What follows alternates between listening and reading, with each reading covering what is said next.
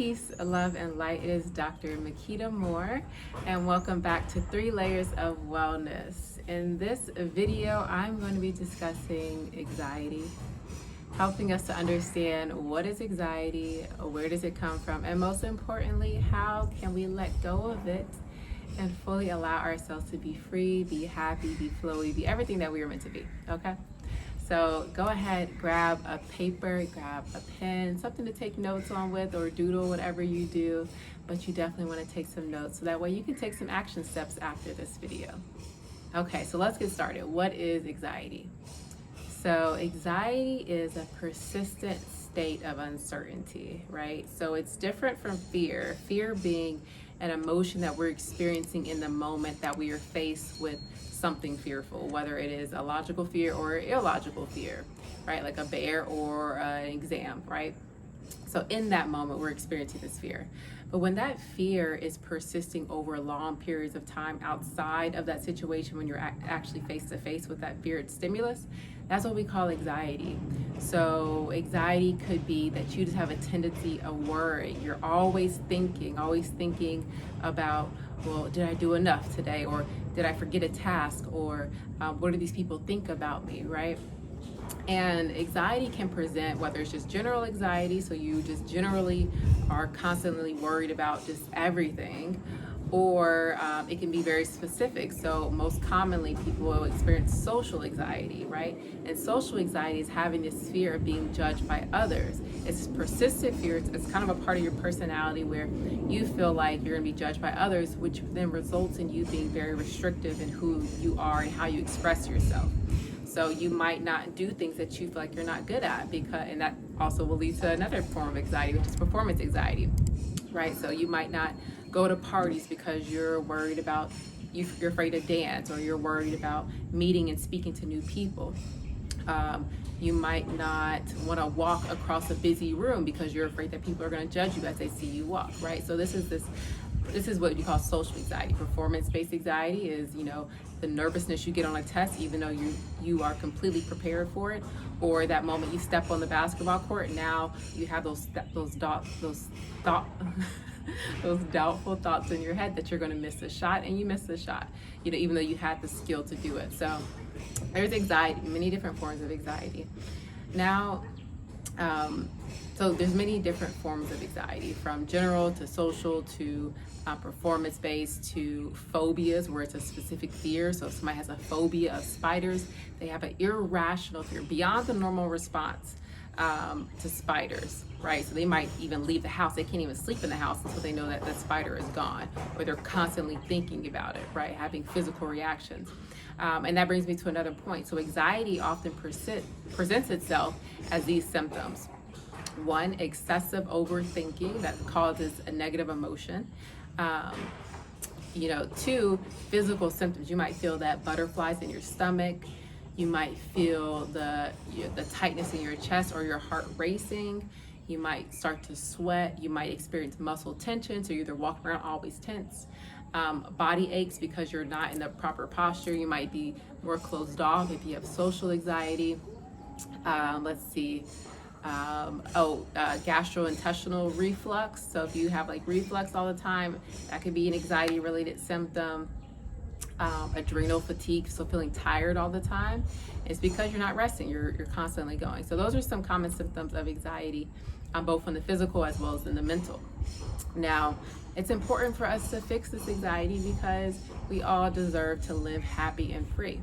And ultimately, this anxiety is an irrational thing. It's a belief system. So that now leads us into, where does this anxiety come from? So anxiety can come from a variety of origins. One is in your DNA.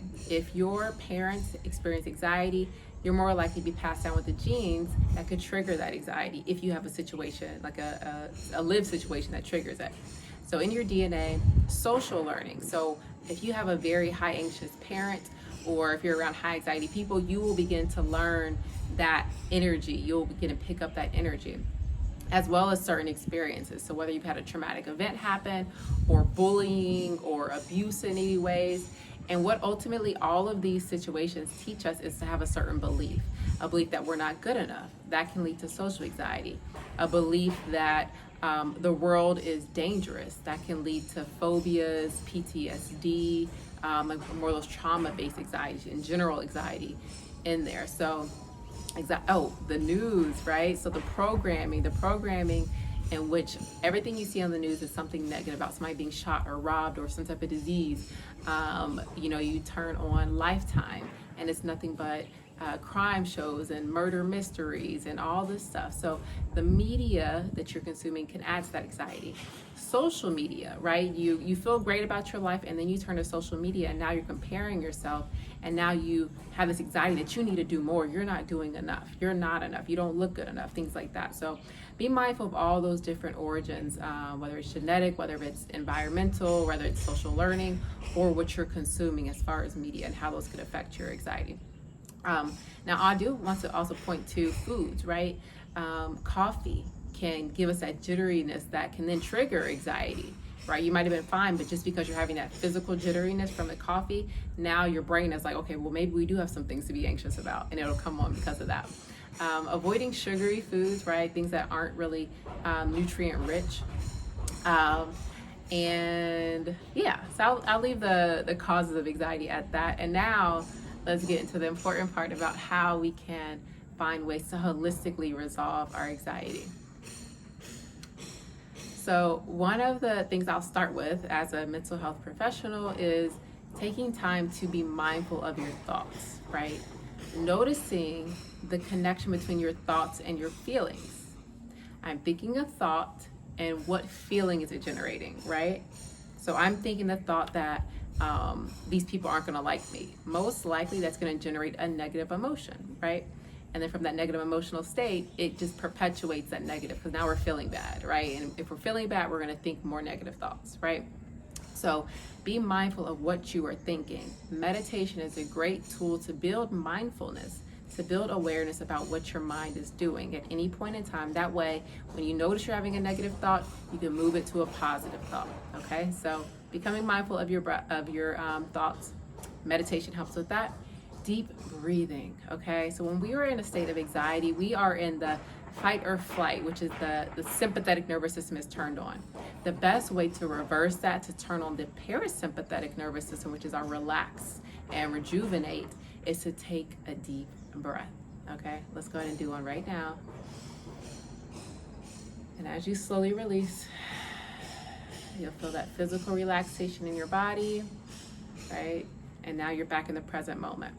Because when we're thinking, we're no longer here in this moment. So anxiety is because we're thinking negative thoughts.